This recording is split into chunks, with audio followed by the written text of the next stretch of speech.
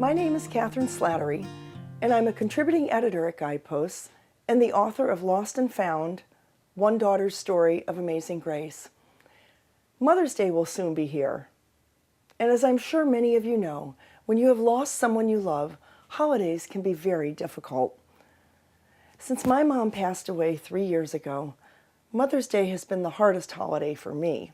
Maybe this is because everywhere I look, it seems like all I can see are reminders of my loss. For the last 12 years of her life, my mother lived here in this in-law apartment attached to our house.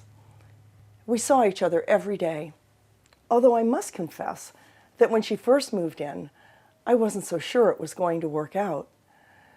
This is because for as long as I can remember, prickly was the best word to describe our relationship.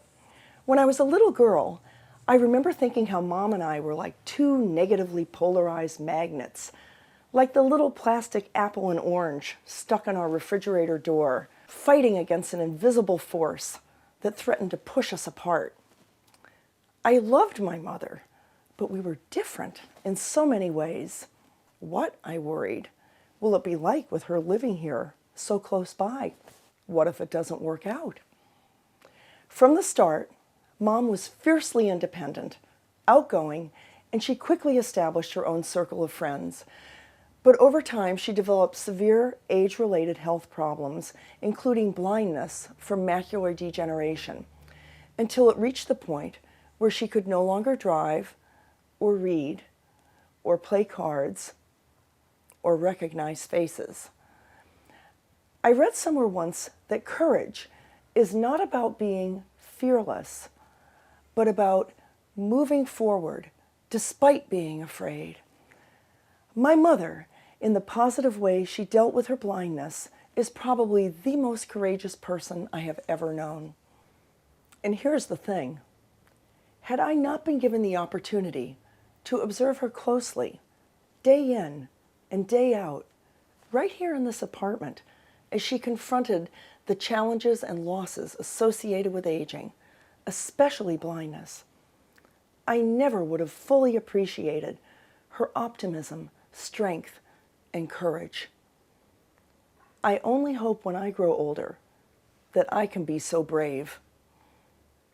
Just the other day, I overheard our adult daughter describe the years that my mother lived with us as 3 generations of women living together. I'd never thought of it that way before. Our daughter Katie and our son Brink were my mother's only 2 grandchildren, and she loved them very much. Because she lived so close by, she was a constant presence in their lives. And following their grandmother's death at age 90, they too experienced the acute grief of losing a loved one. The good news is that they were also able to witness firsthand a woman who faced growing old with incredible optimism and courage. In this intergenerational sense, my mother was a wonderful role model, not only for her 2 grandchildren, but for us all.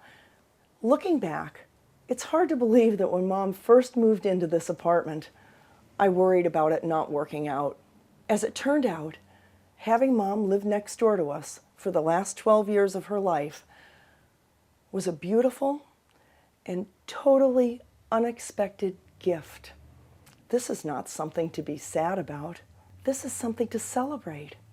So, on this Mother's Day, I am going to try to stop thinking about what I've lost and think instead about what I've found.